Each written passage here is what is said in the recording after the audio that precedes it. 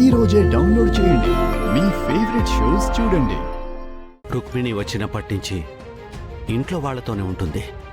కానీ ఎవరినూ మిస్ అవుతున్నట్టు ఒంటరిగా ఉండడం కానీ పరజ్ఞానంలో ఉండడం కానీ నేనెప్పుడూ చూడలేదు. రుక్మిణి మనసులో ఎవరైనా ఉండే ప్రసక్తే లేదు.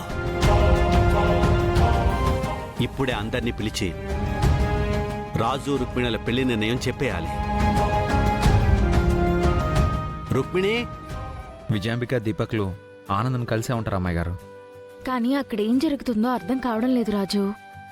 ఆ విజయాంబిక దీపక్లు ఇంటికి వచ్చేశాక ఆనంద్కి ఫోన్ చేసి అక్కడ ఏం జరిగిందో తెలుసుకుందాం అమ్మాయి గారు. అమ్మ రుక్మిణి, రాజు, విరూపాక్షి, విరూపాక్షి. సుమా, నన్ను సూర్య పేరు పెట్టి పిలుస్తున్నాడు.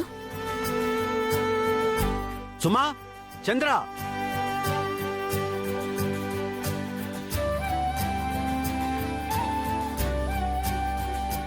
ఏంది నాయనా అందరినీ పిలుస్తాండావు?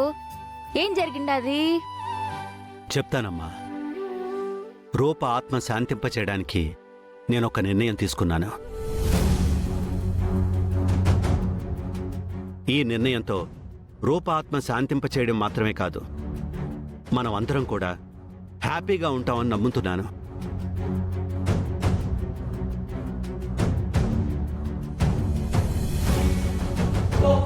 మీరు నిర్ణయం తీసుకున్నారంటే ఖచ్చితంగా అది అందరికీ మంచి చేసేదా ఉంటుంది పెద్దయ్య. అలా అనుకునే నేను ఒంటరిగా తీసుకున్న నిర్ణయాలతో మీ అందరినీ బాధ పెట్టాను. అందుకే ఈ నా నిర్ణయాన్ని మీతో పంచుకుందామని మీ అందరినీ పిలిచాను.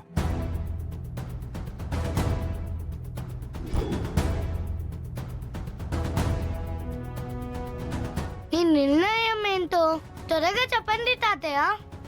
ఈ నిర్ణయం ముఖ్యంగా నీకోసమే తీసుకున్నాను బంటి. నా కోసమా?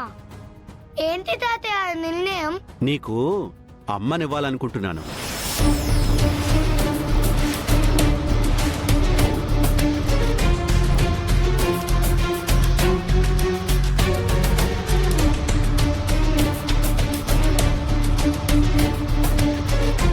పెద్దయ్య, అవును రాజు, నీకు మళ్ళీ పెళ్లి చేద్దాం అనుకుంటున్నాను.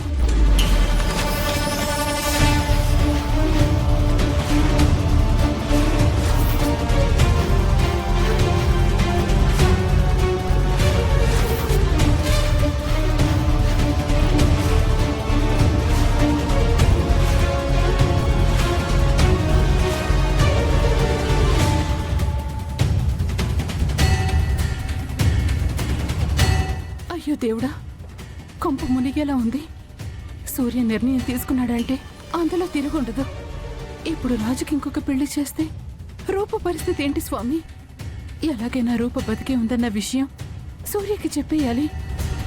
ఇప్పుడు నాన్నకి నిజం చెప్పకపోతే నేను అన్యాయం అయిపోతాను. కానీ నాన్నకి నిజం తెలిస్తే నాన్న ఎలా రియాక్ట్ అవుతారో అని భయంగా ఉంది. ఎలాగో అలా నాన్న తీసుకున్న నిర్ణయాన్ని వెనక్కి తీసుకునేలా చెయ్యాలి. బావగారికి మళ్ళీ పెళ్ళైంది నాయనా. అక్క బావగారి ప్రేమ కథ విన్నాను. వాళ్ళిద్దరూ ఒకరి కోసం ఒకరు పుట్టినట్టు, ఒకరి కోసం ఒకరు బతికినట్టు విన్నాను. వాళ్ళ కథలోకి ఇంకో అమ్మాయి వస్తే ఏం బాగుంటుంది నాయనా? అవును పెద్దయ్య, మీరు తీసుకున్న నిర్ణయం నేనెప్పుడూ కాదనలేదు. కానీ ఇప్పుడు తీసుకున్న నిర్ణయం. రాజు, నీ బాధను నేను అర్థం చేసుకోగలను. కానీ బంటి బాధని నువ్వు అర్థం చేసుకోవాలి. బంటికి నాన్న ఎంత అవసరం, అమ్మ కూడా అంతే అవసరం. దానికి నేనుండాను కదా నాయనా. ఎంతకాలం అని ఉంటావమ్మా? ఎంతకాలం అయింది నాయనా? నా కంటల్లో పాను ఉన్నన్ని రోజులు బంటికి అమ్మగానే ఉంటాను. నా నిర్ణయం కూడా అలాంటిదేనమ్మా.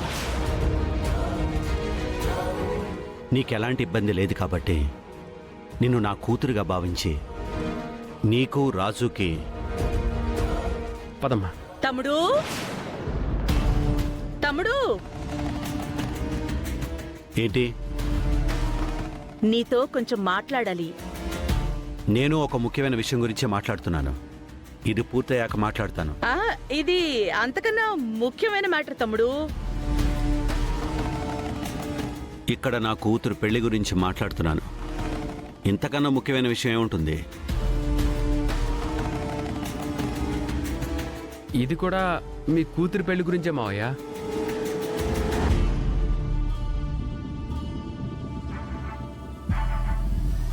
ఏం మాట్లాడుతున్నారు? అబ్బా, నిజం తమ్ముడు, నీ కూతురు ఒకరిని ప్రేమించింది.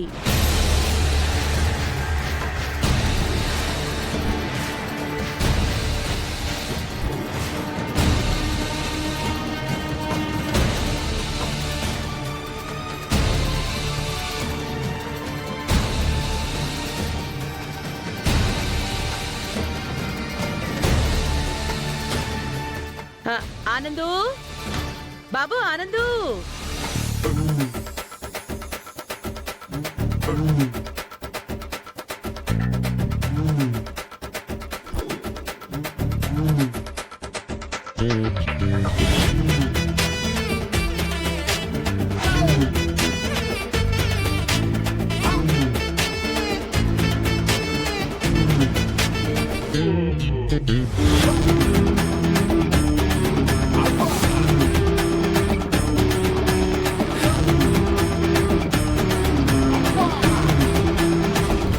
సారీ.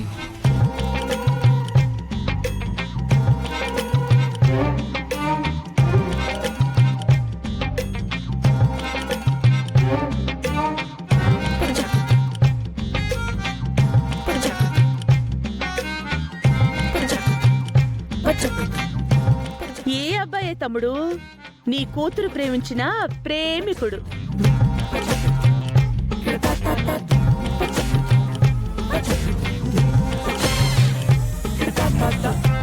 అబ్బో, మామూలుడు కాదుగా. నమస్కారం అండి.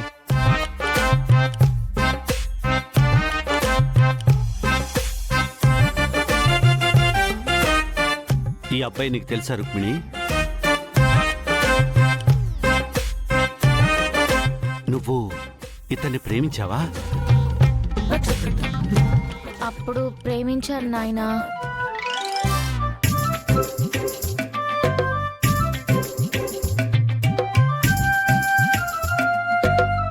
ఇప్పుడు కాదు. అట్లా మాట్లాడుకు రుక్కు.